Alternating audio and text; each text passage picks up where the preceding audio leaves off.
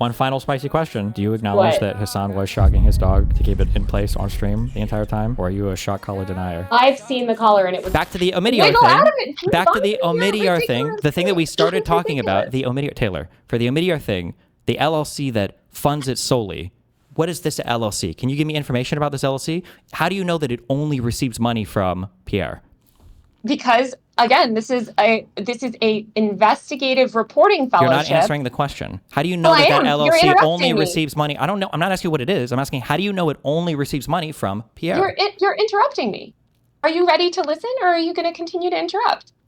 If you can answer the question, I'm ready to listen. Yes, I would not be able to participate. You're not answering the question again. I am telling you the answer to the question, and I'm sorry that it doesn't. We already agreed that you could just lie about your source of income and nobody would know. So no, that doesn't... you couldn't. No, you can't. You can't do that. I mean, certainly I, of all people, could not do that. I am a very high-profile journalist. To argue that journalists such as myself, which are under enormous scrutiny, are all secretly taking PAC and dark money, which I just want to emphasize to you, Destiny, please, you continue to conflate a political influence program with a nonpartisan. All you're doing is you're continuing to squirm away from the point. I could say the same thing about you. Can you actually stop making these ridiculous comments about you're tricky, you're squirming away, and can you actually engage with what I'm saying? A nonpartisan journalistic investigative journalism program is nothing like a paid political influence scheme. They're not even remotely similar.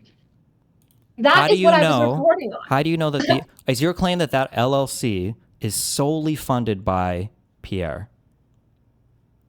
That is what we are. That is how we are able to take part in this program. Do you think are you telling me that the LLC is solely funded by Pierre?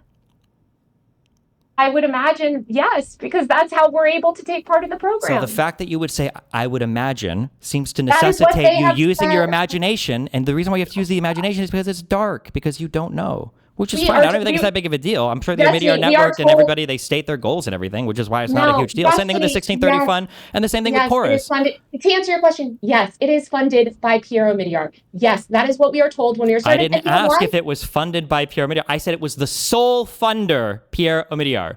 Is the LLC that it gets money from, the only person that puts money in the LLC is Pierre Omidyar.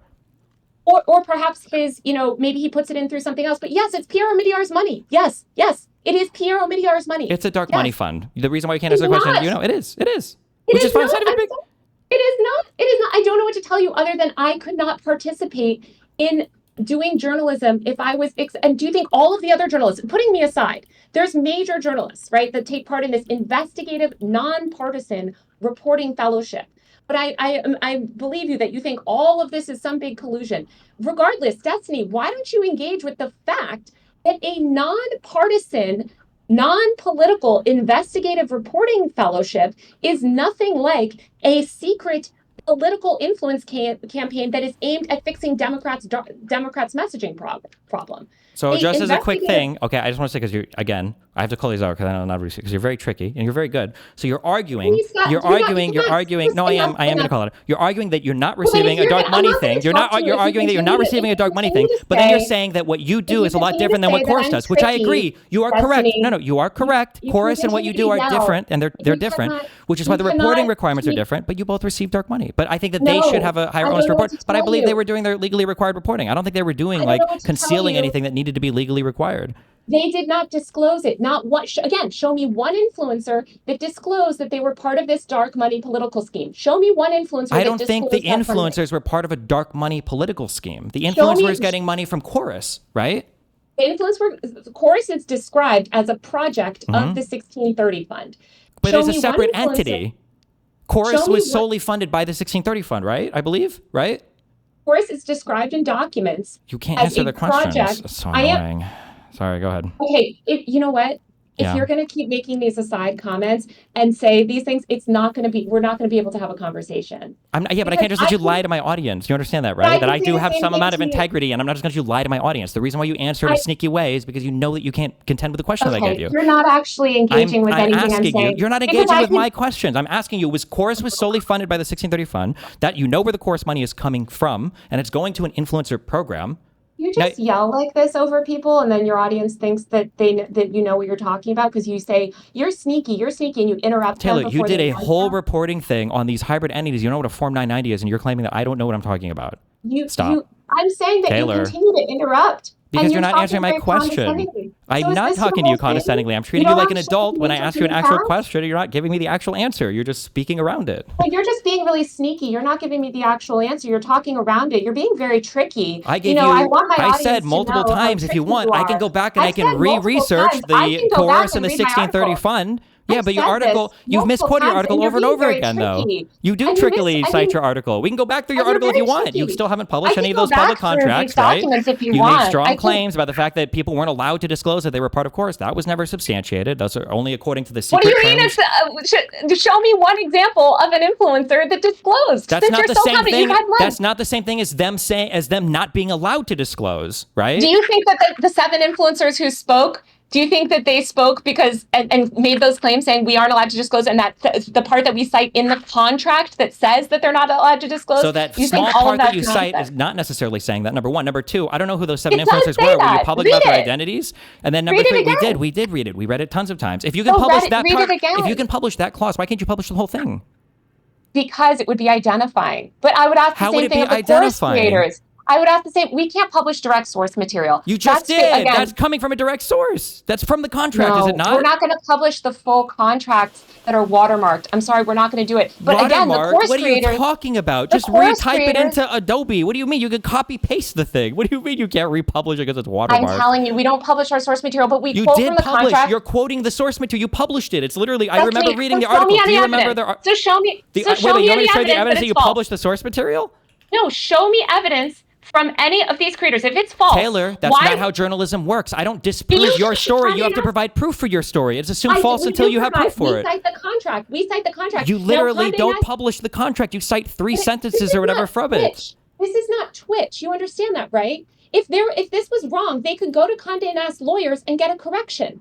They could go to the editors and get a correction. If any of that was wrong, they could go and get a correction. There could be a variety of reasons why they don't want to fight you in the story, but regardless, my standard for good reporting is not did the other side come out and file a correction or whatever. I'm just reading the article and seeing if the claims in the article are substantiated. Most of yours are not. They are substantiated by quoting directly from the contract, which not a single one of them has disproved. Not a single one. And by the way, even Chorus doesn't dispute that. I'm pretty sure multiple people did dispute it. I think Brian himself came out and disputed it and said that we didn't forbid anybody from saying that they were part of Chorus or whatever. No, exactly. And that's very tricky, right? They could say that they were part of Chorus, which has always been public, but which they never disclosed and they weren't allowed to disclose is that they were part of this secret funding But they're scheme. not part of 1630. They're part of Chorus. They're not getting paid by Chorus' secret funding scheme. No, they're not. They're part of Chorus. Whether Chorus wants to make that announcement or not, you don't have to go back and trace every single line of income that you receive in order for also you completely change. You're confused, Taylor. You just completely changed your argument, which I'm glad you've now conceded. They could disclose that they were part of Chorus, but that doesn't mean they have to disclose all of Chorus's funding mechanisms. Because not everyone who's involved in Chorus is involved in the funding scheme. Chorus is a separate big thing. Correct. And not everyone that's involved in the funding scheme. The point is that this secret funding scheme was not disclosed, and these creators every day are attending messaging sessions and getting out there and giving Democrat, talking, whatever, covering the news, and they're not disclosing that they are part of a secret funding scheme aimed at pushing Democratic messaging. That is a huge problem with our media ecosystem. They should disclose that they are receiving money and participating in a secret funding scheme that is aimed at pushing Democrat messaging. Were the influencers themselves, were they getting paid by Chorus or were they getting paid by 1630? Who was signing the paychecks? 1630. The paychecks were signed. So is Chorus a separate entity from the 1630 fund or? Chorus is described as a project of the 1630 fund. I don't know what that means. What is the business structure relationship? You can ask Chorus. No, I'm asking you. You're the one that wrote the article on it. And we described it the way that they describe it. They describe themselves. It is described in the documents as they describe themselves as a project of the 1630 fund. That's how it was described. Okay, and that's what we're quoting. If it is the fact that the 1630 fund was cutting paychecks to some of these influencers, isn't that legally required to show up on a Form 990? Don't they have to publish that publicly where that money flows out to? You tell me. Yes. I don't know. Shouldn't you know? If this is your beat, if this is your reporting on, shouldn't you know the answer to this? Isn't this kind of an important part of... I think that they should. I think that at the time, I don't even think, I know that at the time of my story, none of that funding structure was disclosed. None of the content that was being produced using money from this funding program was not disclosed. The fact that these influencers who are out calling themselves journalists were taking part in daily messaging sessions and receiving thousands of dollars from this group, and they're going out and they're producing news that people think is 100% independent, they never disclosed that they were part of this funding scheme or that they were part of this political influence scheme. They never disclosed that. And that's a problem, I would argue, for our broader media ecosystem. So if it is legally required for them to report this and they're not, are you accusing the 1630 Fund of committing crimes? I would imagine that they know what is required to disclose and what is required to not disclose. But as you know very well, these groups are very good at sort of navigating disclosures. And as you know, the Omidyar network is, right? Like the fact that your resident and reporter program can say it's open, but it's receiving money from the hybrid dark money part. No, because I'm not part of a political. No, because I'm not part of any political influence scheme. I agree with you there. But it is dark money. A nonpartisan investigative journalism fellowship funded directly by one person is nothing like a political influence scheme. I agree. Where these influencers don't even. That has nothing to do with what I just said, though, but I agree with what you're saying there. It is. But anyway, regardless, Destiny, the point is that none of this was made public to viewers, to consumers. And I would argue that that's a problem. And creators in the program wanted to disclose and were told that they could not disclose per the contract. We quote the contract. I know that you think, again, this is Twitch receipts culture or whatever, but the Wired is a very legitimate journalistic outlet that frankly has no loyalty to me. I'm just a freelancer. If there was anything that these entities had, and don't act like Chorus didn't fight that article, okay? If they had anything to disprove those claims, if any of those creators had contracts that were not accurately represented, they could absolutely disprove that privately. Even if they don't want to publicly disprove it, they could disprove it privately to the Condé Nast lawyers who went out and sought that information from people online that were making those claims. But they don't have it because what we reported was correct and true, which is that it was not disclosed. It was not publicly disclosed. And these influencers themselves did not make any disclosures that they were part of this paid influence program while they were identifying themselves as journalists. That's great and all. Do you acknowledge that at least this is the same thing as your funding through the Omidyar network? No, it's nothing like it because I'm not a political influencer. I'm a journalist. I understand that. I understand that you're not, but you can say, yes, the funding mechanism is the same, but I don't have the same requirements to be transparent about that because I'm not a partisan influencer. They weren't paid by an LLC. They're getting paid. They're not paid by some LLC that is solely funded by a billionaire. They are paid by a dark money. You don't have any proof. First of all, the Omidyar network, that fund is literally a fund that solicits public donations. You're not solely funded by Pierre. I don't know why you keep repeating that. I'm telling you, we're talking about a nonpartisan. Yes, you keep saying that it's different.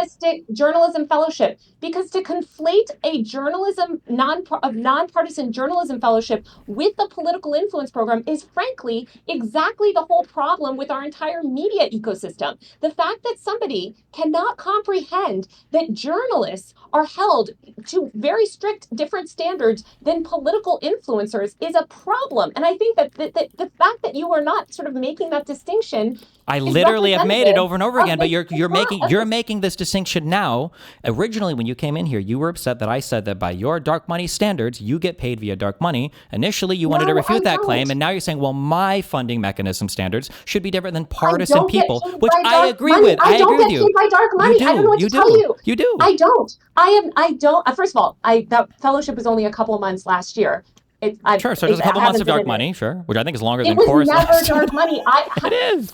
You think all of these journalists, all 50 journalists that have been able to participate in this program, and we have to sign, again, ethics clauses saying that we are not accepting dark money, we're not accepting PAC money. Well, you said it was only for a few months, so did you write any articles for any mainstream publications while you were being funded by the Omidyar Network Dark Money Fund? It was not a dark money fund, and I literally wrote this story for Wired, literally. So you believe that somehow there's a major conspiracy where Condé Nast I didn't say anything about a major conspiracy. I just think you can probably, as long as you disclose your funding source. I wrote this exact story for Wired. If you believe that all of Condé Nast, it's just ridiculous. I would have had to, if I was accepting dark money, when I wrote this story, I would have had to disclose it. I am not accepting dark money. I have never accepted dark money. You probably did disclose it. You probably told Wired, these are the people I've done work for. It would have to be publicly disclosed. Publicly? Wait. If I... Yes, it would have to be a disclaimer. You don't understand how disclosure works? If you have a conflict of interest... Correct. Conflict of interest. What is the conflict of interest between the Omidyar network and the Chorus or 1630 fund or whatever? There is none, but then exactly, so that you wouldn't be required to disclose. I do know how disclosure works. Disclosure is only relevant when there's a conflict of interest, and I don't know if journalists would even disclose it or just wouldn't be accepted for the project. You don't know what you're talking about. You can keep saying that, but you don't even know what a Form 990 is, and you're reporting on these hybrid PAC entities, which is insane. I certainly do. We're just making up that I don't know things. I want to go back to this claim. You believe that this is so silly. So you believe that a journalist reporting on a dark money political funding scheme, you believe that a mainstream media outlet, a mainstream, very traditionalist one, would not make that journalist put a disclosure up top that they were receiving dark money. That's ridiculous. The idea that a journalist could receive dark money while reporting on a dark money political scheme and not openly disclose it, no editor would allow that. That would be ridiculous. My whole point is, I don't think this is even... dark money doesn't even mean anything. This is just like a random... Okay, so now you're making a totally different claim. When people talk about... my God. When if you people don't think talk dark about money dark means money... anything, then sure. The way that you're using it doesn't. When people talk about dark money, they're talking about a quasi-political entity that's not supposed to be avowedly political, that can solicit donors, but doesn't have to report who the donors are. Your definition of dark money is every single person down the stream from that dark money entity that gets paid by them. Definition. That's what you're saying dark money is. No, that's not true. It is. True. It's not. That's just simply not true. It definitionally is. If the 1630 fund wanted to pay, if the 1630 fund wanted to pay me money for a thing, I'm not taking dark money. I'm taking money from the 1630 fund. I can say publicly where it comes from.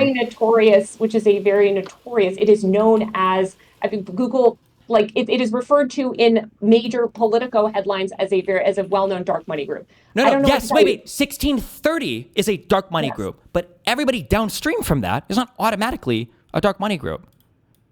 They're accepting dark money. They're accepting money from a dark money group. Sure, you can say that, but they're not. Money from a dark money group. But that doesn't make them a dark money group. Sure, nobody would claim otherwise. You're saying that that Chorus and all these people are all dark money groups. No, I never said Chorus was a dark money group. I said that they've received funding and they are described as a project of a dark money group. Okay, so then the program that you're a part of would be a project of a dark money group and receives money from a dark money group. No, that's not. That's not how it's described anywhere. I'm sorry, it's not. Can you show me evidence of the LLC that funds the Residence and Journal program, the hybrid entity that you're describing? You can go on the website. I don't know what to tell you other than I'm telling you, I'm allowed to take part in this journalistic. I was allowed to last year take part in a non-partisan journalistic, fellowship, which again, dozens and dozens of other mainstream reporters have participated in. And I have never accepted dark money, and I never can accept dark money because I have to know where every dollar I accept comes from. I have to know where it comes from because Can you explain to me on Omidyar's website, can you explain what this means? Omidyar Network is a hybrid structure. By the way, I don't know if you've learned this or not in your reporting, but that's code word for dark money hybrid entity. But so they say, because Omidyar Network is a hybrid structure that includes a limited liability company, the LLC, that's what you referenced, that's the dark part because they don't have to report where their money comes from, with a private philanthropic foundation. What do you think private philanthropic foundation means? Is that all money from Pierre? Foundation, which is not the foundation. It has no affiliation with the Reporters in Residence program.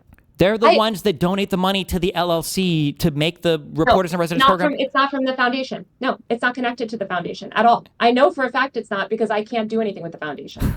Not directly. You go through the LLC, the middleman. That's the whole point. No, it's not. It's not related to the foundation. The foundation is separate.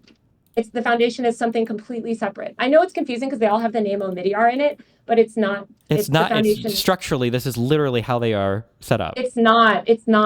I'm sorry, you can speak to them yourself. I honestly think I would be happy to connect you with their comms person. Sure. And If any of them are willing to come on and have a public conversation, I would absolutely love that. Any of them, 100%. They can debunk it. But I promise you, Destiny, none of us working in mainstream media You keep repeating journalism, this one point like it's helping you or saving any part of this conversation, well, but it's no, not. no, You can keep saying we would have to to disclose or whatever. You're doing this in as a substitution for having any evidence. You keep falsely asserting that you would have to. There's no way this could be true because then we wouldn't have been able to write for Wired, which I don't even think is true. Yes. No, but seriously, I'm just wondering kind of what you think. Knowing that journalists can't take part in dark money, schemes and can't accept money from like political action groups. And again, we can't even accept gifts over like I'm sorry, $50. if I were to hit up somebody at Wired and I were to ask them, in your contracts that you have for people that write op-eds or for people that do reporting or for people that work for you have the term dark money shows up in those contracts. I don't know if the term dark money, but certainly, yeah, you can't accept political funding. You can't take part in political. Just notice how you changed it again? Okay, but thank you for admitting that. Okay, go on to the next part. I'm just saying, okay. I don't know the way that they word it specifically, but I can promise you that journalists and this is a very important thing that I think a lot of people don't realize about journalists, yourself included, that we cannot accept that sort of money. That would be very unethical. And I know that you believe that this this nonpartisan journalism fellowship is similar to this secret political influence program. Because it's funded by the foundation. It's not funded by the foundation. I don't know what to tell you that. It's simply not. It's not funded by the foundation? Really? Do you think that the Omidyar Foundation, by the way, like is completely like diametrically politically opposed to me? So it would be very hilarious. Then why is it that it says on the site, Omidyar Network receives no funding for the Reporters in Residence program via the 1630 fund or any other outside sources. Our programmatic work is supported entirely via our foundation and LLC. Can you break that down for me, or am I confused what foundation means? Programmatic work, but it's not funded by the foundation. They operate a nonprofit. They operate a political group. Programmatic work. I don't know what to tell you. Well, again, their PR person on the line, and they can explain it to you. But fundamentally, you're going in circles around all this stuff. The point is that even here's the thing. Let me also just like get this to you. Go for it. What's so funny about all of this is that everything I do is public and disclosed, right? So you can like litigate all of this stuff. The whole point of my article is the fact that this political influence program was not publicly disclosed. And these influencers are out acting like journalists or saying that they're journalists without publicly disclosing their funding. What? Do they have to be journalists? They are describing themselves as journalists. I thought they were just like influencers or streamers or whatever. Well, they're describing themselves as journalists. Yeah, but journalist is not that's not a protected title. Anybody can describe themselves. Nick Shirley describes himself as a journalist. Sure. And Nick Shirley is probably also doing a lot of unethical things. I think it's really in the public's interest to know, again, that if you are out there talking about the news and pretending that you're an independent journalist, which comes with certain levels of connotations, and yet you are taking part in a secret political influence scheme, I think that's in the public interest to know. You're attending daily messaging check-ins. Again, you are part of a scheme that exists to promote democratic messaging. The public deserves to know that. Wouldn't you agree? I don't know what the report. I would say the public deserves to know at the bare minimum whatever the legally reported requirements are. It sounds like you're saying that they weren't violating any laws in terms of what they're reporting. So you think it's okay for influencers to take a lot of money for a political influence scheme and not disclose it to their fans? I don't like that. But I think that my push, if I wasn't being politically partisan, would be to push Congress or to push legislators to make it so that there were stricter FEC requirements around what had to be disclosed, rather than to partisanly attack only some organizations because I don't like them, because it gives the impression that everybody else is above board, especially when your funding mechanism is the exact same as the one you're criticizing. No.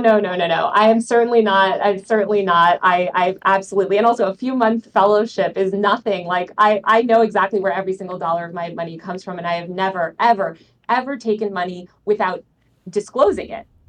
Okay. But your money is, but the funding mechanism, I read it. The thing it said, the work for the Reporters in Residence program is funded via the foundation and LLC, which is, you don't know where that money all comes from. That is literally how it works. I'm sorry that you're confused by this. And again, you can speak to the PR people at Omidyar because you're confused by it. I'm definitely not confused, I promise. Can you stop? Can you, now that we've gone in circles enough, I think, on that, can you engage with the broader points, which you were saying on your stream earlier, of all of this stuff that that there was disclosure, that this was public, that influencers were talking about being part of the room. You don't have any evidence of that. So if you're going to make those claims, you better have evidence, because I promise you. Wait, which claims am I making that you're not comfortable with? That you said on your stream, which is what I'm trying to do, sort of debunk, is that you said this was public. You said that there was. I said that there are public filing requirements for these programs. My understanding. No, you said that influencers had disclosed it and could talk about the fact that they were part of this funding program. My understanding is influencers weren't forbidden from disclosing it. I don't know if all of them did. I don't know if they're required to. They were forbidden from disclosing it, and you have no evidence showing that they weren't forbidden from disclosing it. So the onus is on you to make that, to prove that. And we cite the contract, You don't cite from the contract. You cite, first of all, you cite a part of the contract. From the contract. Yes, you don't quote from it. You paste a part of the contract on your article, but then you also simultaneously, you can't post the whole thing, which I don't understand. We quote from the contract. We quote directly from the contract. Am I remembering, or was it somebody else that posted this picture? Am I mixing your article up with somebody else's? Is it a picture of like 3 clauses as part of the contract, or was it just a quote? That was one of the influencers that showed the contract validating, confirming our reporting, because the one influencer that posted part of her contract actually confirmed, she inadvertently confirmed our reporting. And that's, if you look at the response, people are like, oh, this confirms what she said. Then why not just publish the contract? If they're showing you that to bolster it, why just publish a part of it? Well, you'll have to call the lawyers up and ask why they don't let people publish source material. But what I will tell you is that you're telling me that they would allow you to publish a part of a contract, but not more parts of the contract? You can quote from a contract, but you can't publish the full contract in full. Again, that's just the decision made to not publish the source material, which is pretty standard. It's very rare that you're allowed to publish your direct source material. Again, because this is not Twitch receipts culture. It's not about Twitch receipts culture. You keep saying this like very derisively, but the problem is that your article contained so much like half-truth or just information that wasn't substantiated at all that it seems like there would be there'd be an onus on you to actually show that what you're saying is true rather than just anonymous. We quote directly from the contract, and the influencer that showed her contract, that showed part of her contract, confirms our reporting. And also, not a single influencer in the program, privately or publicly, has been able to provide any evidence that what we reported was false. It's just simply that's why it's factually correct. I'm sorry. That's why I want you to engage with reality, which is that this is the program that they were running. And by the way, they still have not been public about who's in the program. Even now, even currently, there is no public disclosure of who they're funding. And I would argue, I agree with you that Congress should take this up and that there should be filings. But I would argue, in the meantime, all of these groups should be public. And by the way, so in your article here, so you have, according to copies of the contract viewed by Wired that creators signed, the influencers are not allowed to disclose their relationship with Chorus or the 1630 fund, or functionally that they're being paid at all. I never saw anything that was that this is from in any of the contract. Again,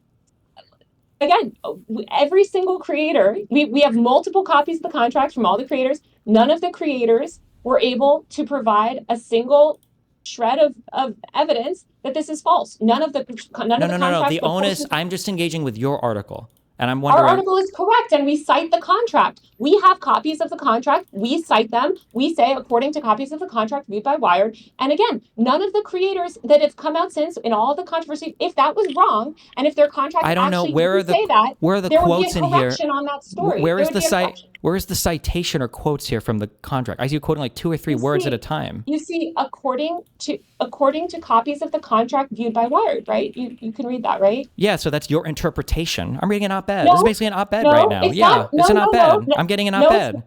No, it's not an op-ed. It's not an op-ed. Basically, No, it's not. It is not an op-ed. Go look at what it is in the news section. It is not an op-ed.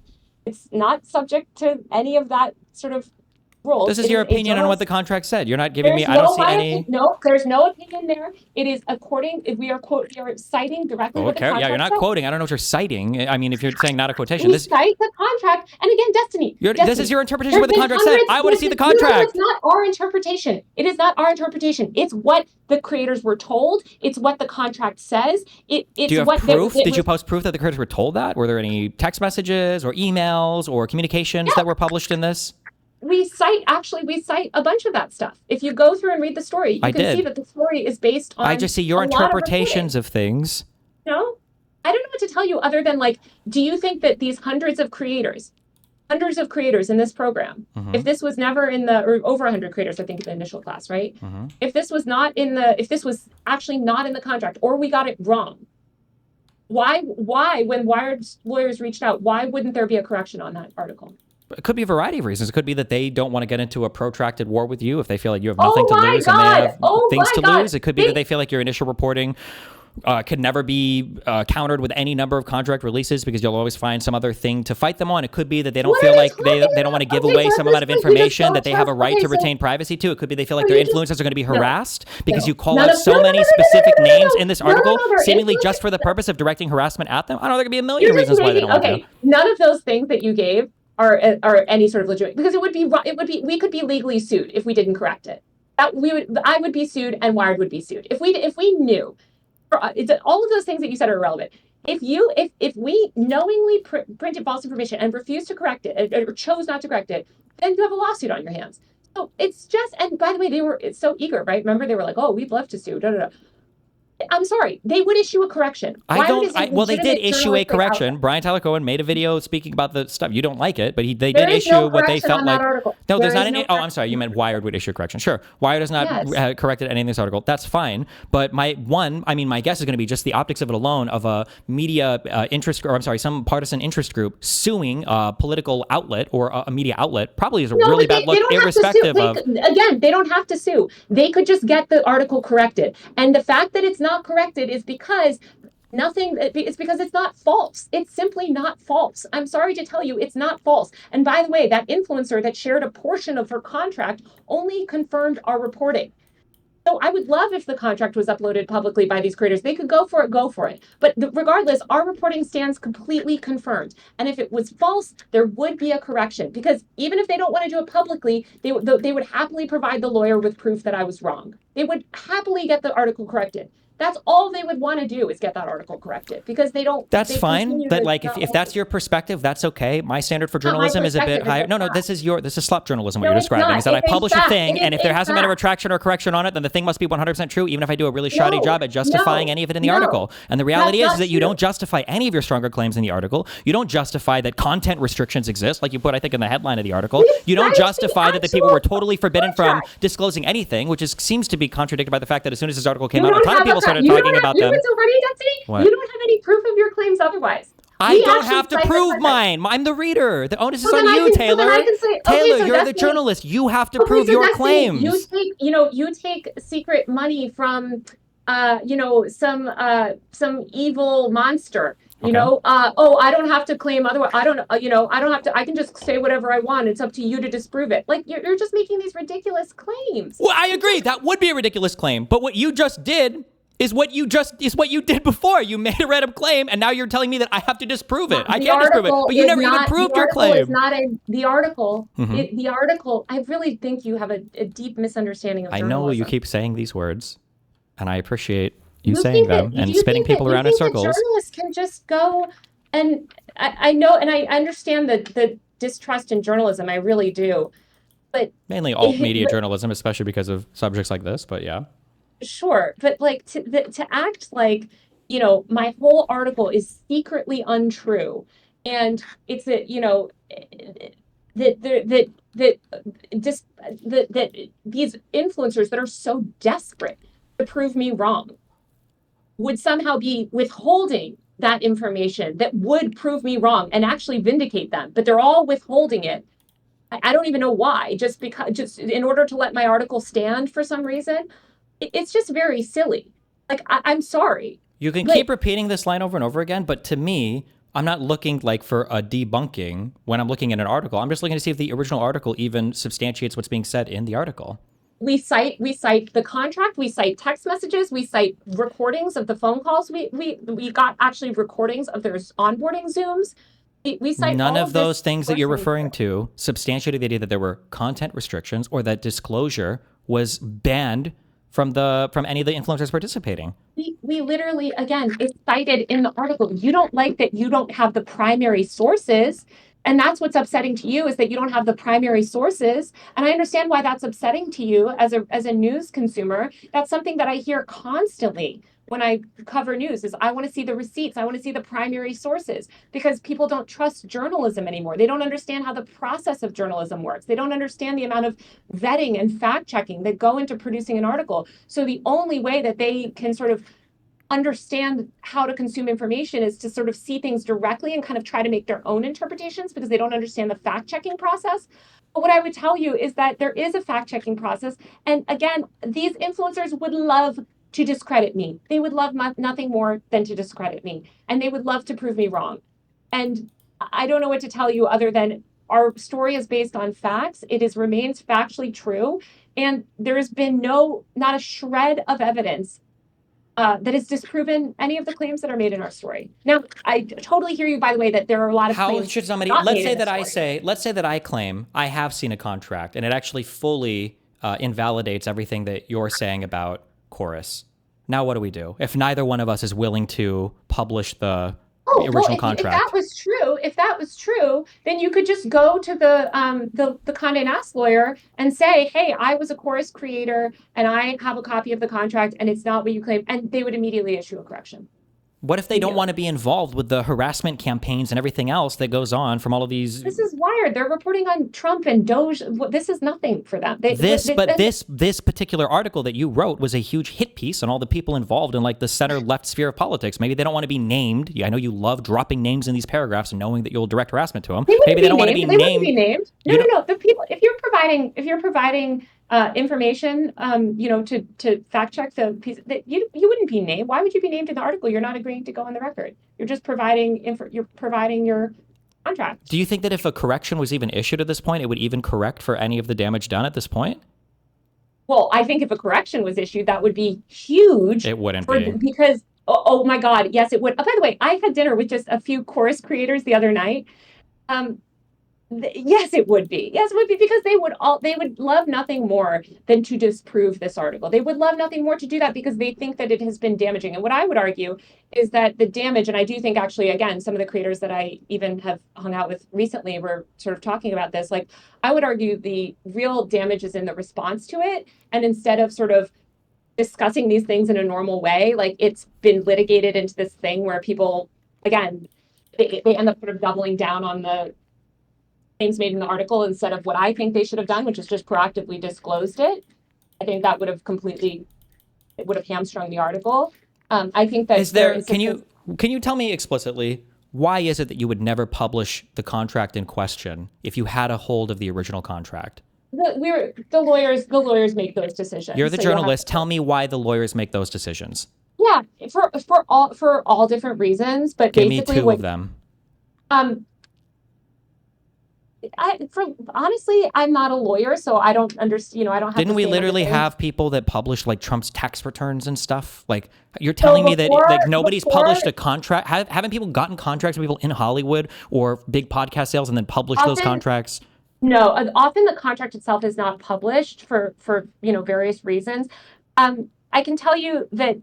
I feel this frustration. If you remember, like, for instance, when I did my interview with Chaya Raichek of Libs of TikTok, I worked so hard to get my actual interview with her, that source material, made public, specifically because I think it's really beneficial. But you could have made it. You could have made it public, though. No. No, not without approval. Why could you not have just made this a Substack post? What? Made what a Substack post? Instead of writing this for Wired, selling the article to Wired, which I imagine they paid you for the article, right? I was a freelancer, so I wrote it on a freelance. Yeah, I wrote it for freelance for them. Meaning they paid you for the article, right? Yeah. Of course, Okay, yeah. so then why wouldn't you just publish this on a Substack where you could release the entire contract? Because I want legal review, because I've been sued for defamation by lunatics before. I've had Why Trump would you be administration. sued for defamation publishing a contract? How is it Oh my defamatory? God. Because the thing is with defamation suits, it doesn't matter if they have any merit. They don't. Obviously, all the times I've been sued for defamation, it's, thrown out or dismissed or whatever. But it doesn't matter. It's an intimidation tactic. And if Well, then you're wouldn't going this up one against, just get thrown out and dismissed? when you publish something independently on a Substack, you do not have the level of legal protection and legal review and editing. I wanted editors. Probably half a dozen people worked on this story. I know my name is on the top, but multiple editors, fact checkers, lawyers, people worked on this story at Wire, not just me. And this is a story that was complex enough, and especially with the amount of source material and the amount of creators we spoke to and the amount of material that we had, source material, I wanted to bring it to somewhere that I knew had a track record of really just going with the facts and making sure that absolutely everything I said was bulletproof, double checked, triple checked by, I would argue, some of the best editors working in media today. So I would want to trust them with that story instead of me just going on Twitter or giving it to some, leftist hate account that could have just made it into some drama and, I'm sorry. I just don't buy any of that. There are tons of people that are posting incredibly salacious stuff on Substack. The idea that you thought you would have been sued by defamation. Let me tell you that. They're not named Taylor Lorenz. I do not have the level of legal protection that some other people do. And let me tell you, I talked to Ken Klippenstein, who's a good friend of mine, who does publish a lot of legal stuff. His legal insurance, it is something that I certainly cannot afford. I don't have that ability, unfortunately. And I think it's cool that some people do. But as somebody that reports specifically on censorship campaigns and reports specifically on, these bad faith efforts to silence journalists, if I have a difficult story like this, I don't want to do it on my own. I want the fact checkers to rigorously go through it. I want lawyers to tear it apart. I want people that are really the best in the business to look hard at every single word and say, is this factually correct? Is this Why not factually email? If you email me the contract, I'll publish it. That would be, why don't you ask the creators? I certainly cannot do that myself. Legally, I absolutely cannot do that. You're asking me to just give you source material for my story. But what I would tell you is, why don't you go to these creators?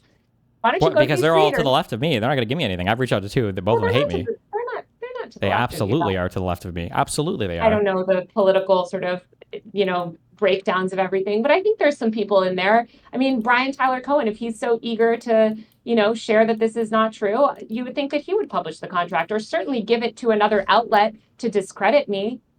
But he hasn't, and they You won't. published your article on August 27th of 2025. Yeah.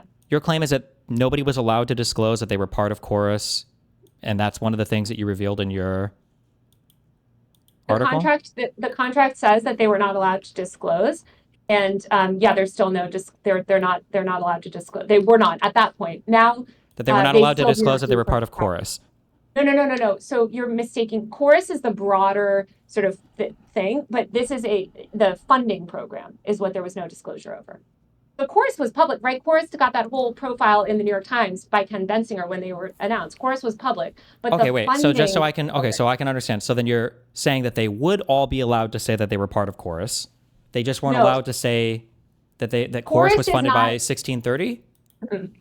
So Chorus is the bigger entity, but this specific political influence funding program, which had, they're doing different cohorts. They just started their second cohort, but their last cohort, right?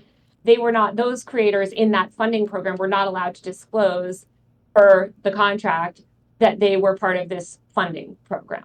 And you will not, I promise you, but I'd love for you to try, find me any evidence that these creators disclosed that they were part of this funding program before my article. As in they were making money, or as in that Chorus? No, that they were part of a funding program. I don't know when you say funding program. I don't know what that means. Like your reporters and whatever thing, like that funding program, or? Well, that would be an example of me disclosing funding. Sure. Yeah, that's an example of me disclosing funding. So you could say that, any of these creators were saying, hey, I'm receiving money, or I'm sponsored by XYZ. I'm part of this funding program that's giving me money to, promote whatever XYZ sort of messaging. None of them disclosed it. I mean, I can go look for more of this. I don't have all of this offhand, but I have no idea why. I feel like publishing the contract or actually publishing parts of the contract, I think would have led a lot to the credibility to the. No, I hear you that you want source material, and I empathize with you, and I always encourage news organizations to put as much out as they can publicly. But in the meantime, there's 100 creators in that original cohort that can share the contract with you. One posted publicly. You keep saying this, but in my mind, good journalism, the onus is on the journalist to substantiate their claims, not publish whatever. No, you didn't. You did not. You did not publish any part of the contract. The one that I was thinking of, I guess, was a TikTok girl that was publishing. We didn't publish the source material, but we cite your opinions about it. No, we don't. Yes, you do. No, we don't. Yes, you do. We don't rely on our opinions of it. Taylor, no, we don't. citing the source material be a quote from the contract. What you're giving is your opinion on the contract. No, it's not. No, my opinion on the contract is very different, actually. But no, we are citing the contract. Not only are we citing it sort of as it directly sort of says, but also as the creators themselves were told. Again, find me I'm sorry. Where in the article? Where in your article do you think you're citing from the contract talking about the contract? It says, according to copies of the contract viewed by Wired. We are citing the copies of the contract. What is citing? When you're summarizing, you're giving your opinion. No, we're citing. No, we're not. No, there are no quotes. I have a very different opinion on it. There are no quotes in here. You said, according to copies of the contract viewed by Wired that creators signed, the influencers are not allowed to disclose their relationship with Chorus or the 1630 fund. Oh, so wait, I'm sorry. It was with Chorus and the 1630 fund, not the limited thing that you just claimed a second ago. So is that a misprint in your article? No. So Chorus, the Chorus funding program, which is what the article is about. No, that's not what this says. This says, according to copies of the contract viewed by Wired that creators signed, the influencers are not allowed to disclose their relationship with Chorus or the 1630 fund. Or functionally, their relationship with Chorus being the funding program that they're part of. The funding program that they're part of. That is what we're talking about. Okay, don't necessarily. Again, I think that probably should have been spelled out there. But the biggest problem here is you're not citing the contract. This is your interpretation of the contract. No, it's not our interpretation of it. It's not. There's no quotes. It is what the Well, I'm sorry we didn't put quotes around the sort of the legalese. That's what it means when you cite something. You say legalese is simple contract language. Nothing here is that complicated. Again, I think you got to go to journalism school. Citing something doesn't mean necessarily that you're quoting directly from it. You can just say what it says. So for instance, you mentioned Trump's tax returns. You can say, according to Trump's tax returns, he paid XYZ. That doesn't mean that you're directly quoting from I'm pretty sure for the tax return stuff, they were literally publishing the 1040 front pages and stuff. But sometimes. But I'm saying that you can cite documents without quoting directly from them. In fact, look at the OpenAI dispute, right, with the Pentagon.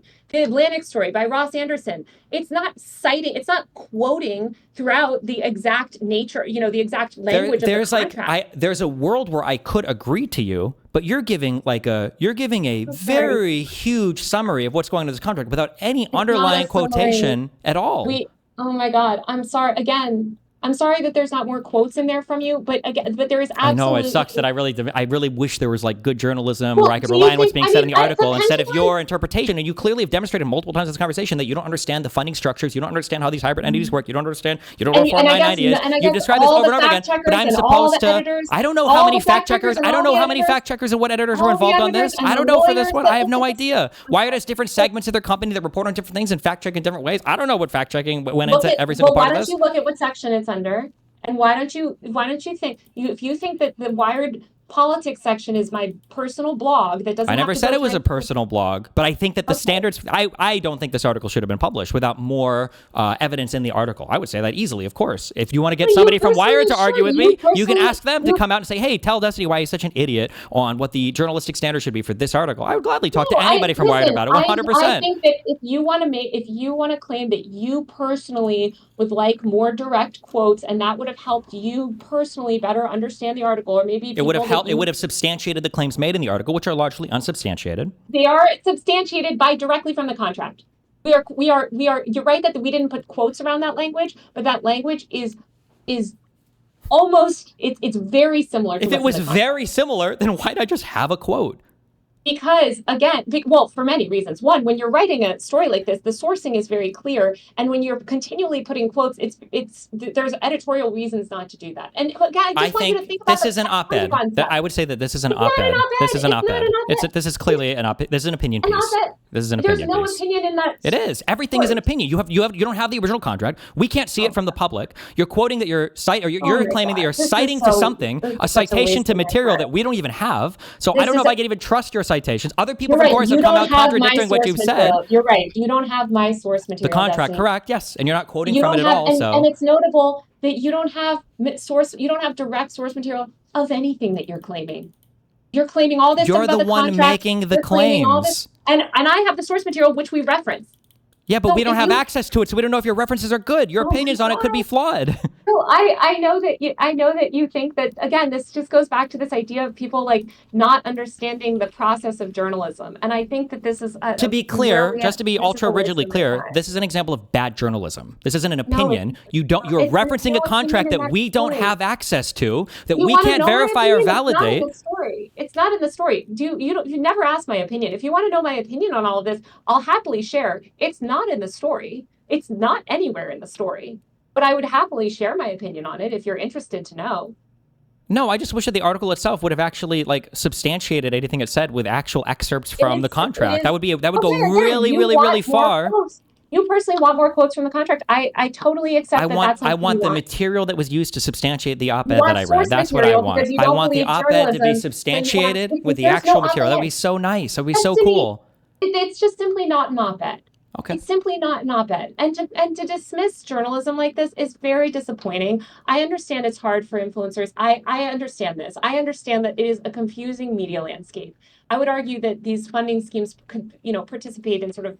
I just don't know how I feel about somebody like you who gets money from a dark money fund, who's publishing hit pieces on other influencers and political orgs without disclosing any of the source material the stuff came from because you wanted to get paid by Wired instead of publishing it independently. That's just a lot of stuff that's all coming together that makes me a little bit nervous about the sourcing of the material. I would get paid more if I published it independently. I would have made way more than what I made from Wired. How much did you get paid by Wired for it? Not very much, let me tell you. For months and months of reporting, I don't think I can share my rate. But so you're not allowed to disclose. Do you know what Wired's funding mechanism is for everything? Does Wired publicly publish where they get all their money from? Wired gets money from subscriptions and advertising. Yeah, I'm pretty sure I don't know. You have to look at Condé Nast tax filings. I don't know. All of their sources are publicly available, because otherwise wouldn't that make Wired a dark money fund and you're not even disclosing the amount that you're receiving from Wired for it? No. Do you think that journalists should have to report how much money they get paid to write articles for companies that they don't work for? I actually would love transparency. Well, then why don't you start? Wait, then why don't you publish it? Because we agree not to share rates. So then what's the problem with companies like Chorus if they have their agreements, but they're all obeying the law? They're all doing what's legally required of them. I'm public. What is the difference between a journalist publicly writing for a news outlet and an influencer taking part in a secret political influence scheme? It's not a secret influence scheme. You yourself said they were already public about Chorus. The funding scheme that I wrote about, the 1630 fund stuff, was not public. The political influence scheme was not public. I'm sorry, it was not public. The fact that creators were part of Chorus, were part of this group, that was public information. No. Most of the creators mentioned, actually, it was not public at all. Hold on. No. I'm saying that there were people, nothing about it was mandated to be private, that they were in Chorus. They have YouTube videos of themselves on Chorus panels and talking about stuff. Chorus itself was public, but not everyone affiliated with Chorus is in the funding scheme with 1630 fund. So there are people that were affiliated with Chorus that were not part of the funding scheme. The funding scheme is what was secret. It was a secret political influence funding scheme. Weren't they all part of the same thing, but just some were getting paid and some weren't? No, some are not part of that. Some also are moving forward with the second cohort. Some are not. I would love if they would publish a full roster, but regardless, are they legally required to? No, and that's what a problem I point out in the article. But journalists freelancing for a news outlet is nothing like a political influencer taking part in a secret political influence campaign. Journalists freelancing, and I totally that they're not required. They're not required to publicly disclose, right?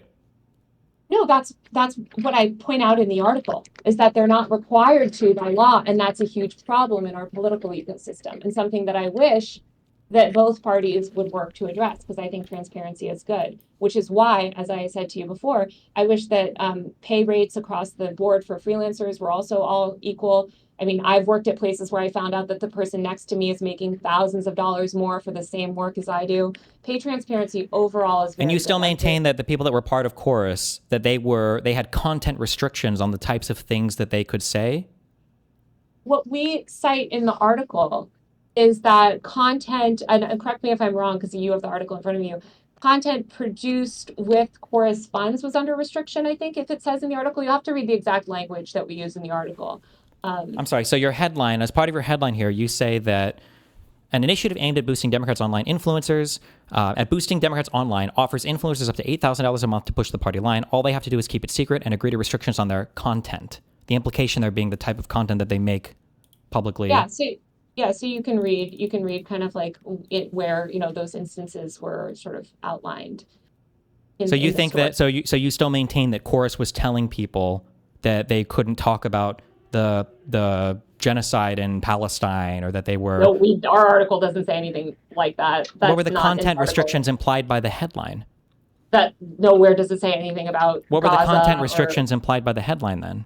Why don't you read further in the article? I did read in the article. You don't substantiate anything though, so I'm just curious what you think the content restrictions... We cite the contract. We cite the contract. You don't though. Why don't you read that? Pull it up and I'll read it for you. This is so exhausting. I need to get back to doing actual work soon. Hold on, let's see. So let's read exactly the portion that you're asking about.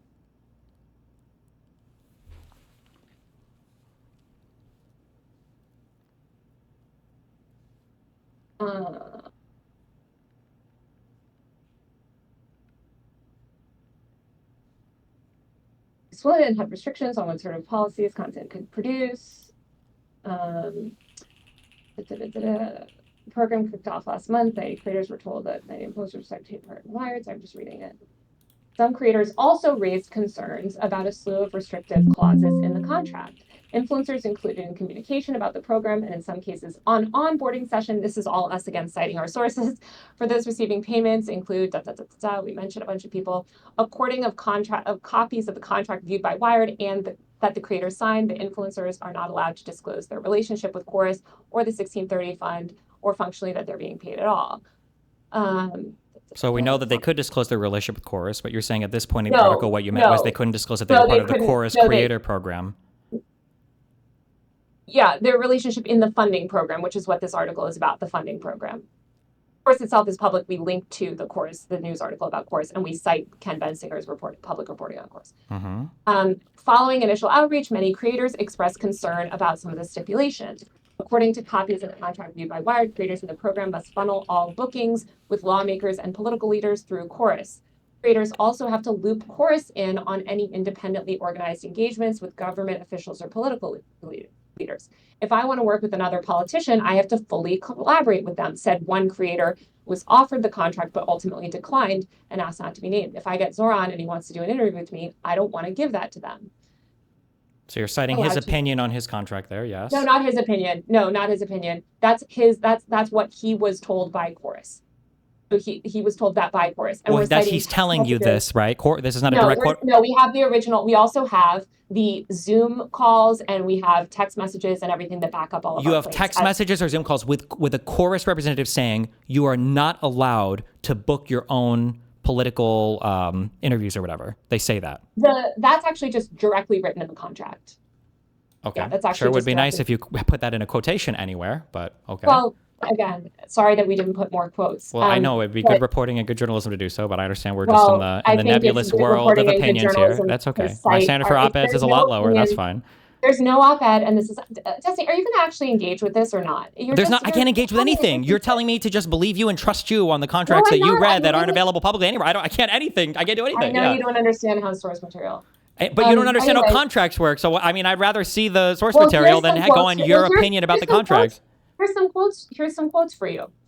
Creators in the program are not allowed to use any funds or resources that they receive as part of the program to make content that supports or opposes any political candidate or campaign without express authorization from chorus in advance in writing per the contract. The contracts reviewed by Wired prohibit standard partnerships. That first paragraph you read, that's by law, right? That makes sense. That if I'm paying somebody for something, they can't take that money directly in support, because that could be seen as that would be a campaign contribution violation. I'm about to read a quote. Go ahead.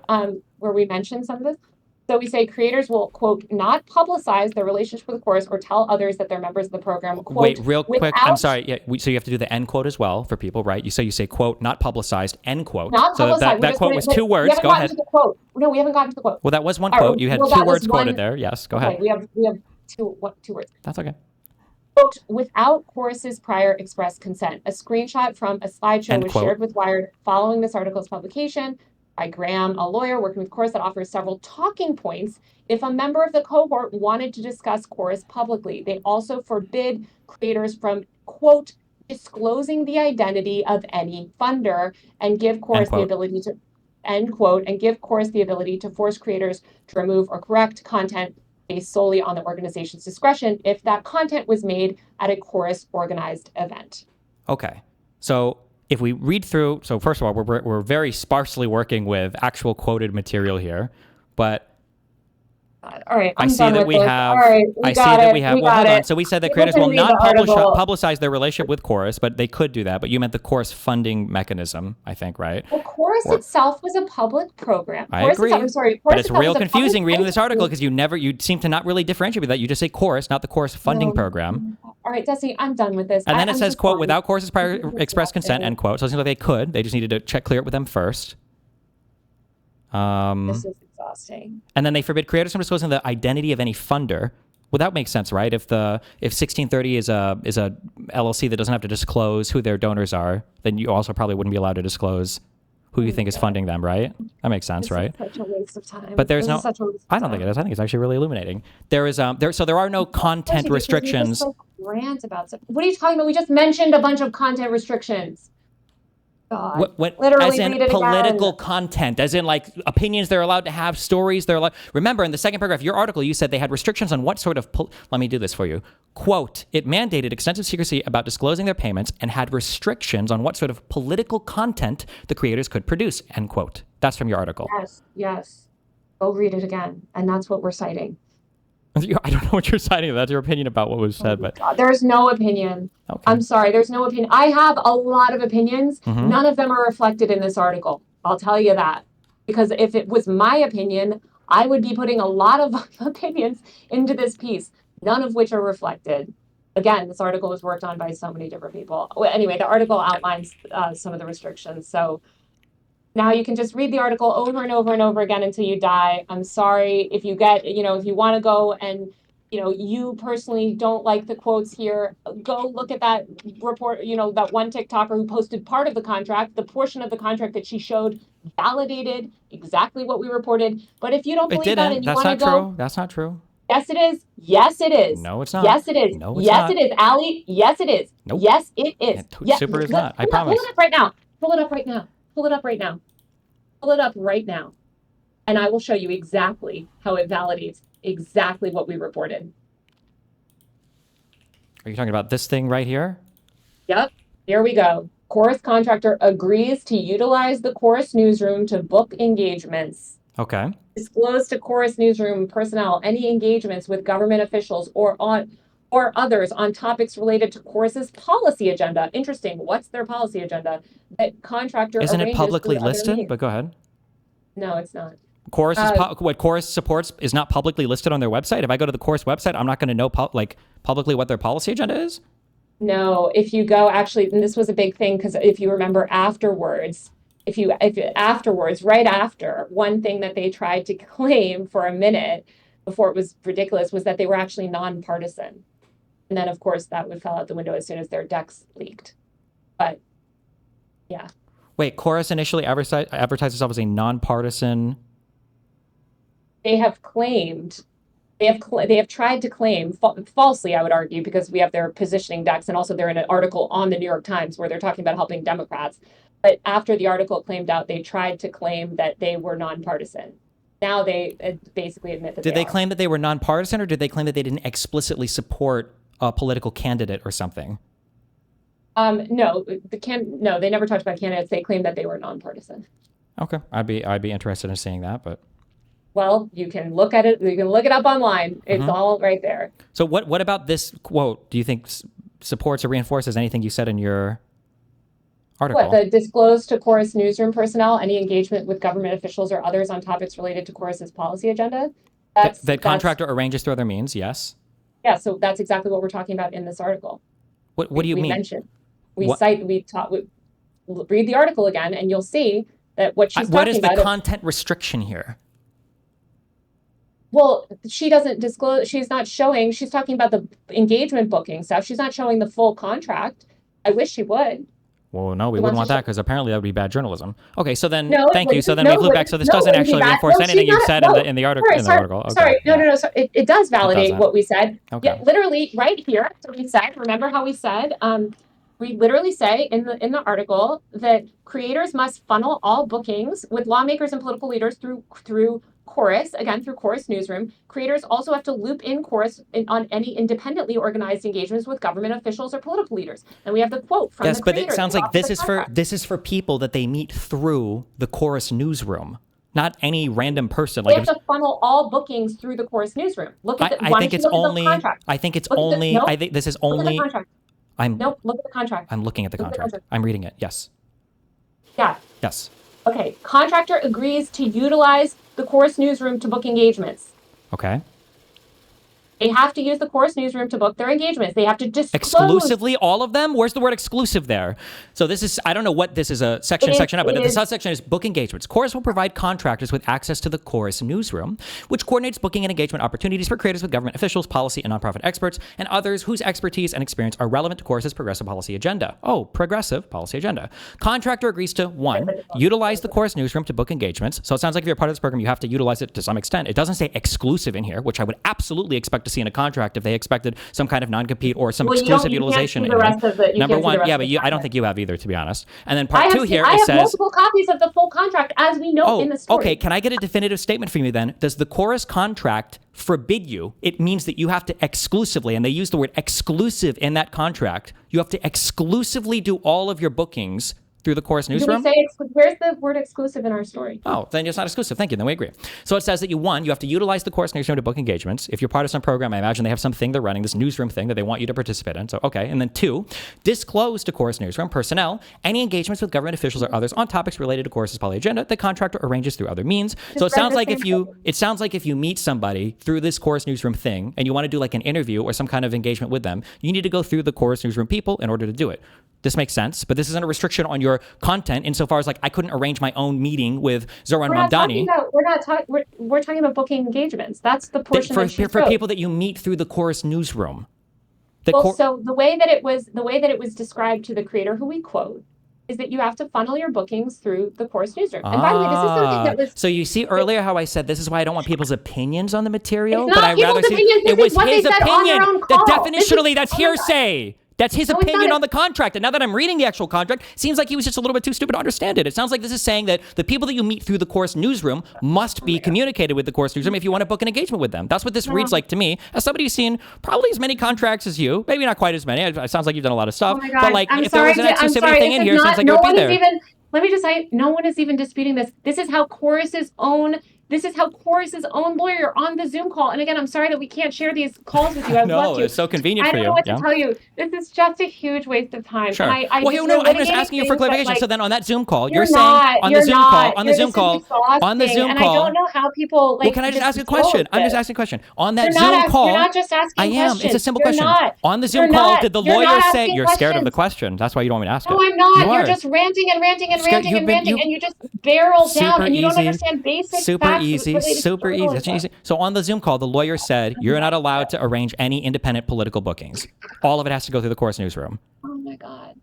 I don't know what to tell you other than every single thing in our story. You can't acknowledge that because that means you do have the call. You know that's not true. It's not true. Your article is a huge misrepresentation. Your article misrepresents a ton of this contract. You probably know it. No, again, I'm sorry that you're making these beliefs. Yep. I just want people to understand. You're making these assumptions. Mm-hmm. And you have never once seen a single copy of this contract. You have no access. I don't have to, though, because I can see by the way that you lie about it. Stop interrupting. Okay. Stop interrupting. Let me finish. Taylor. Otherwise, I will get off the call. Okay, Taylor. You are making these accusations, claiming that my story is wrong, when you have zero access to any of the group chats that we have, to zero access of all the recordings of the Zoom calls that we have. You have zero copies of the contracts, and you have conducted zero interviews with people that are in the program. You have not spoken to anyone at the 1630 Fund, and you have not spoken to any lawyers that were involved in signing these contracts, lawyers for the creators themselves. Oh, also, sorry, talent agents and managers as well, who also understood and were involved in these contract negotiations. I just want people to understand that we did all of that before the story, and all of that is reflected in our story. I understand that you don't believe that, and that's fine. Okay, you don't have to trust journalism, but it is a fact that we did all of that work, and it is a fact that there is zero corrections on that story, because it's in the wake of the story, not a single one of those creators has privately or publicly debunked anything that we have said. I'm sorry, they haven't. And privately, it has been confirmed, and they are still my sources, and I still talk to them. I don't know what to tell you. But if you want to disprove this, I highly encourage you to do your own reporting. Do your own reporting and make your own report on the course program. Why don't you join the course program?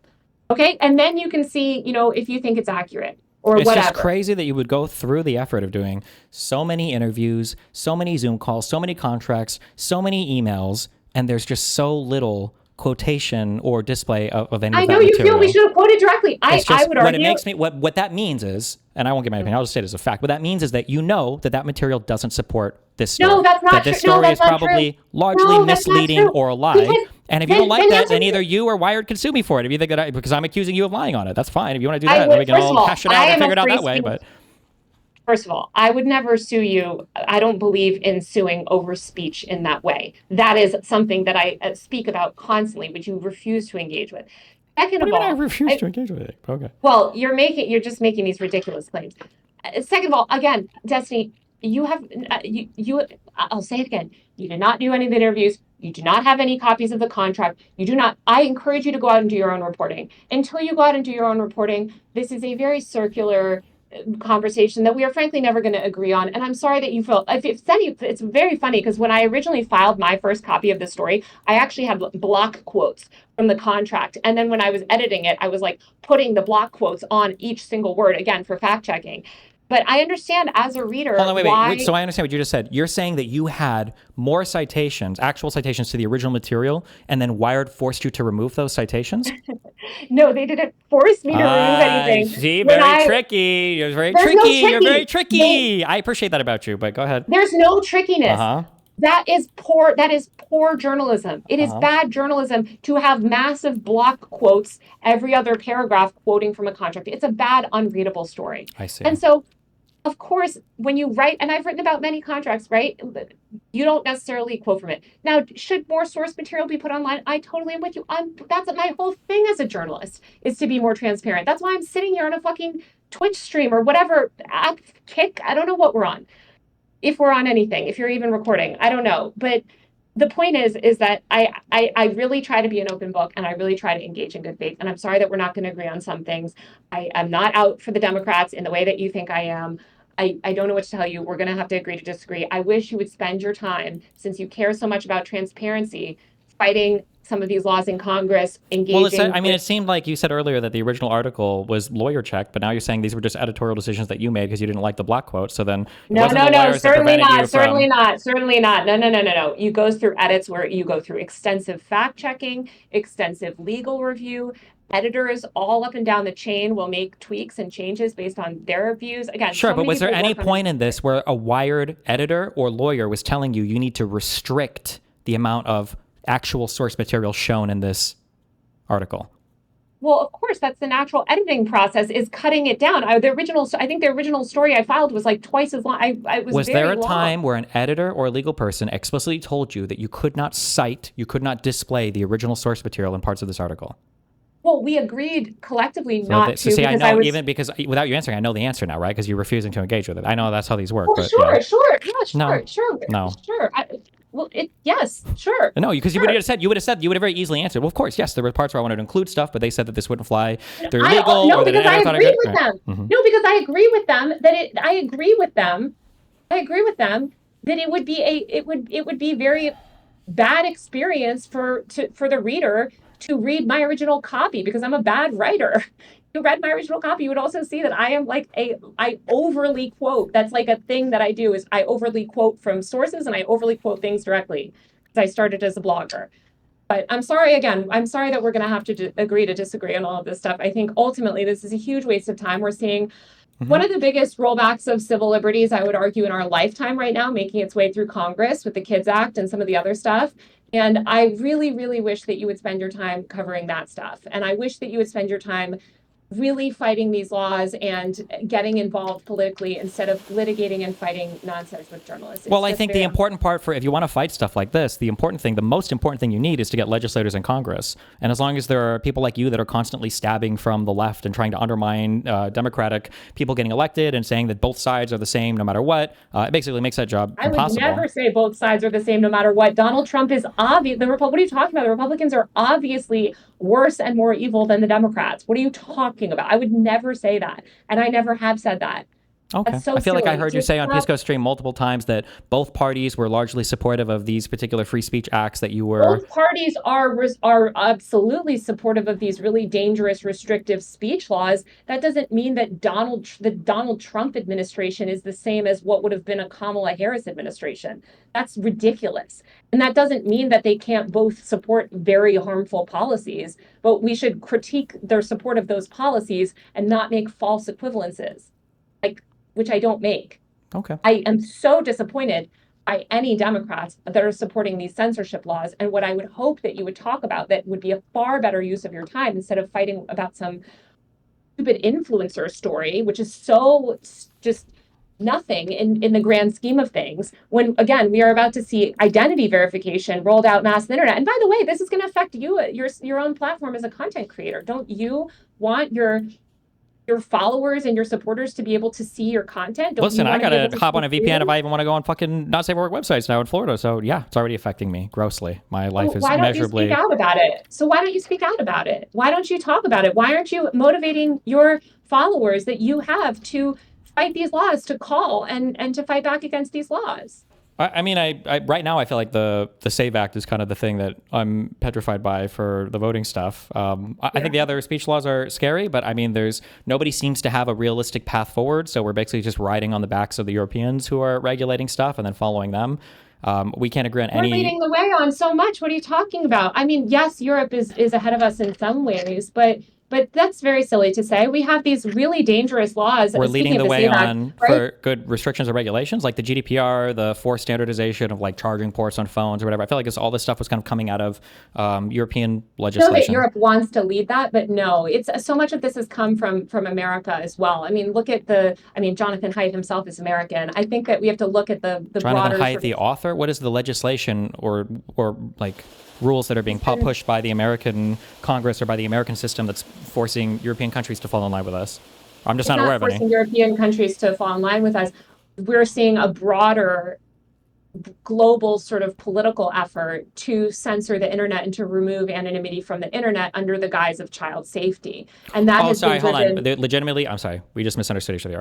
What I meant to say earlier, it is the case right now that I think America is leading us in a very bad direction. When I said it seems like we're looking to Europe for leadership, I'm saying that any positive enforcement of internet stuff has come out from European stuff. Oh, but maybe you think the GDPR and that stuff is bad as well. I'm not sure. No. I think data privacy stuff is good. There's a lot of good stuff in GDPR. Okay. Yeah, I do agree that the American current system is moving all of us in a very, very bad direction, I would say. Yes, and I think you have a very powerful and very dedicated audience that is not, and by the way, this is not an issue that the left cares about, so you could take it on as centrist or however you identify. There is no political coalition that is motivated to stop these laws right now, and that's really dangerous because you have the entire far right aligned with it. The leftists are like, I don't know, China's great. I don't know. We don't care about authoritarian internet censorship. I genuinely cannot understand why they don't care about this. But you would think that people that are pro-democracy, centrists at least, would be fighting these laws. And I think instead they're so busy citing all the other bad stuff that Trump is doing, that they are preoccupied. And I think Well, that sure, they we need have to to get have, I involved mean, on we need that to have a level. big presence in Congress, and that we need to have a big coalescing of what is even real or happening anymore before we can even begin to talk about these more esoteric topics. I think that they're These important. are esoteric. When I say Internet esoteric, freedom. I don't mean to say that they're not important. I think that some, like I would argue, like First Amendment is kind of an esoteric, abstract concept. I'm just saying that, like, right now we're on the verge of, or are already deep into a war with Iran. We're seeing gas prices shoot up. We've got ICE people murdering people in the United States and then getting escorted off by federal government officials in order to hide them from any kind of state intervention or culpability. Yeah. Like, this is all really horrible stuff. I think the speech stuff is important, but like if we can't even manage to hold Congress as Democrats, I don't even know how we're going to begin to have, because the conversations around regulating speech in the United States are very difficult because people have a very naive perception of First Amendment rights, that just unlimited speech and unlimited privacy and unlimited rights is the best thing ever, when in reality, these are all balancing acts, but we're not prepared to have that conversation right now. And I don't know how to. Yeah, but I mean, I think like in the meantime, we should block these mass surveillance laws. And I totally hear you on like the more esoteric conversations around speech, but what's being pushed through in Congress right now, these are direct mass surveillance laws that enable, for instance, the Department of Homeland Security to to track and surveil anti-ICE protesters. They're currently issuing hundreds of subpoenas, right, for the anti-ICE Instagram accounts and stuff. If you remove anonymity from the internet, they won't even have to go through that process. So there are, I think that preserving our ability to speak freely online and basically fighting these mass surveillance laws in the meantime is essential, or you simply won't, the left will not be able to gain much power online if we Sure, but then I mean, the question would be, because this is the easiest thing that people harp on, and you've identified this correctly, is the protecting children thing, right? What is the alternative then for people that are concerned about children's, bad engagements with internet totally, stuffs? yes. Yeah, I mean, data privacy protections, it's very, I'm sure you saw, but they're not even enforcing COPPA. The government came out and said, oh, we're just not going to enforce COPPA, the landmark privacy bill that protects children from having their data harvested. No, We're just not from having their it. data harvested. What is protecting children from viewing material online that a whole bunch of people in the United States think that children shouldn't have access to at all anyway? Well, that's exactly what I'm saying, right? Is that right now, the very few protections that we do have for children, which is related to data harvesting, they're rolling those back. That is making what protects a child more outside of these weird draconian laws we have now about ID verification in these states? What protects a child from viewing? They don't protect children either. The ID verification laws don't protect Well, they make children. it harder for them to access the material. What is the what is the alternative to this for parents that are worried about their children accessing material like this? Oh, well, what I would say is, first of all, there are so many applications. We essentially have enterprise level surveillance software that you yourself can put on a child's phone right now to prevent them from accessing material. That is far stronger than anything that What's like one of these things? I've just never heard of them before. Oh yeah, there's like Life 360 is one. There's so many different vendors, but they basically give you complete and total control to a level that I think is actually not a healthy way to parent. But if you want complete and total surveillance over your children, you can certainly have that. It's not going to be good. I mean, I don't think that that's a healthy way to, deal with your child. But maybe you have a child that's, that you need to use those tools. And I encourage people to use those tools. Unfortunately, we know that these identity verification measures don't protect children, and it often push children into even more dangerous spaces because they will be, they basically try to like circumvent these areas, and they'll go to like unrestricted areas of the web, et cetera, et cetera. And not to mention the broader sort of concerns. But I totally understand parents' concern. What I would say to parents too, that's really scary, that a lot of parents aren't thinking about, is it's whatever your child views or is doing. A lot of kids, say a 14-year-old or a 12-year-old, right, is on the internet looking up information about a health condition, or maybe they're getting a little radicalized online, whatever. Because we have no data privacy in this country, and these surveillance laws would make that worse, that data can then be used against them for the rest of their life. We want to prevent a world like that. We don't want a world where a kid, graduates college and it's harder for him to get employed because he was, Googling the wrong things when he was 14, or, people were able to sort of make deterministic profiles about, using his data, right, to make these profiles about him, which ultimately discriminate against him, or that he's charged higher prices with the rise of surveillance pricing, right, where, oh, now we've harvested a massive amount of data on you since the time you were born. Now we can use that in our predictive pricing algorithms. These are all things that we should be against. They're bad for consumers. They're bad for children. They're bad for adults. And we should not be giving these big tech companies more power to surveil us. This is something that, especially if you care about, you should be against any of it, right? Like, no matter who you are, even if you're that's why there are some conservative parents that are getting involved. But you should educate your followers about it. There are other things that I think are more pressing. I think that the privacy stuff is worth looking at, but if you rolled back the recent ID stuff they're trying to do, or age verification stuff or whatever, like all of it, all of this stuff is already in existence anyway, right now, basically, right? Without any new laws. Basically, well, yeah. They're expanding. What I would argue, though, is that we are at an inflection point where AI the government is able to use AI to basically, this is what all that Pentagon sort of controversy was about, is that they want to mass surveil Americans. And I think that the AI models are more and more powerful. So yes, you're right. We have not had data privacy in way too long. That's a problem. That's something that Europe has done a better job than us of.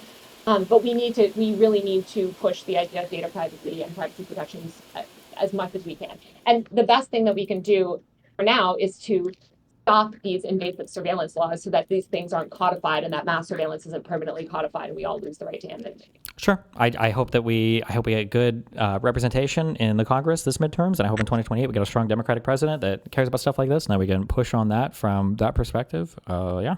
We need Democrats to start caring about it. Instead, I think a lot of Democrats are pro-surveillance. So I think Democrats aren't going to care about it if we don't even have power in Congress, and when the Republicans are absolutely more obsessed with unregulating or deregulating every part of the crypto and surveillance. Do you think that if you could choose right now who you could influence more, if one party could be completely in power with supermajorities in both halves of Congress, do you think that the Democrats could be moved on this more, or that the Republicans could be moved on this more? Obviously. It's weird with this issue specifically. What's really weird is that there's this faction in the House, for instance, where that is so pro-censorship that it's the Democrats that want to add the duty of care back to COSA, which is really weird. But I think overall, undeniably, we want Democrats in Congress, obviously, because not just for this issue, for so many issues, okay? We want the Democrats in Congress. Now, I think we should pressure certain Democrats to be more anti. Ro Khanna is a good example. Ro Khanna is out here talking about mass surveillance, talking about cracking down on big tech, but has supported, some of this surveillance stuff. So I think just pushing those lawmakers to be, accountable and to be anti-surveillance is really good. But obviously, like I would hope, Ron Wyden, who is a Democrat, is the best on this and has all the best policies on it. So I would love to put Ron Wyden in charge of tech policy if we had some sort of Democratic administration. Okay. Random final question, because people keep bringing this in the chat. Do you support the European digital identity thing? No, I think what they're talking, digital ID. Yeah. No, I think that is kind of exactly what we're talking about in terms of removing anonymity from the internet. And I think Europe can have good ideas, but overall, Europe has been very dystopian in terms of how they've sought to remove privacy online. So it depends also what country in Europe. Like France and Germany Germany has not been going down a great path. The UK is the worst. And I don't know if they're technically in Europe. I know they left the European Union, but the UK passed the Online Safety Act which is not mandatory identity verification, but is a sort of similar to COSA. They passed that in 2023. That went into effect last year. And since it's gone into effect, we've seen devastating outcomes. Basically, it's being used to censor or remove content that is police violence videos. Isn't the point of the digital ID thing that the fact that you would allow, only the government would have access to all of your information and credentials? No, because the point is if you're creating these massive amounts of data, and it's inevitable that other people will have access to it. And the government itself is the way that it's playing out, for instance, the proposed way that it's going to happen in America and Europe and other countries is through third-party vendors. So companies like Persona, which are these digital ID companies. Okay. Harvest a vast amount of your data. We don't want to create that data on anyone. Frankly, we shouldn't have that data. We should be able to access the web anonymously, consume information anonymously. That's really important for whistleblowers, journalists, activists, political people that are engaged in political speech. I'm all for transparency, data privacy, like lots of other protections, but no, we don't want digital ID. Gotcha. That would be bad for civil rights. All right. But the data privacy we do want, and I do think people should go to badinternetbills.com. Badinternetbills.com is by Fight for the Future, which is a civil abuse left-wing sort of digital rights organization. They have all the info. If you go to badinternetbills.com, they have all the info on all these laws. You can get information. You can learn what lawmaker, you can sort of reach out to your lawmakers, and that is going to give you a lot of really good information on how to fight these laws. And I know you don't think they're really important, but they are really, really important. And we've killed COSA before. We've stopped these laws before, and I think we can stop them again. In the meantime, and then you know what? Maybe when we have Democrat Congress, Democrat whatever, and hopefully the Democrats will be anti-surveillance by then, we can proactively pass privacy legislation. Gotcha. Okay. All right. Well, hey, thank you for the contentious conversation. Stay safe. Have fun. At least I got my 10-minute spiel about digital rights in at the end. So you did it was indeed. all worth it. One final spicy question. Do you acknowledge that HASAN was shocking his dog to keep it in place on stream the entire time? Or are you a shock collar denier? I've seen the collar and it was not a shock collar. Ooh, major L. But I think he loves Kaya and he treats Kaya very well. And I think a lot of people in LA don't treat their dogs well. But I know this is going to divide the internet for all time. So I will just remain neutral on it. Well, but everybody go to badinternetbills.com. That's the most important thing. Don't worry about HASAN. Go to badinternetbills.com. And HASAN has not promoted badinternetbills.com yet. So maybe you can get, why don't you go be the better one and promote badinternetbills.com. Okay. Have fun. Thanks for the chat. Bye, guys. Bye. Jesus.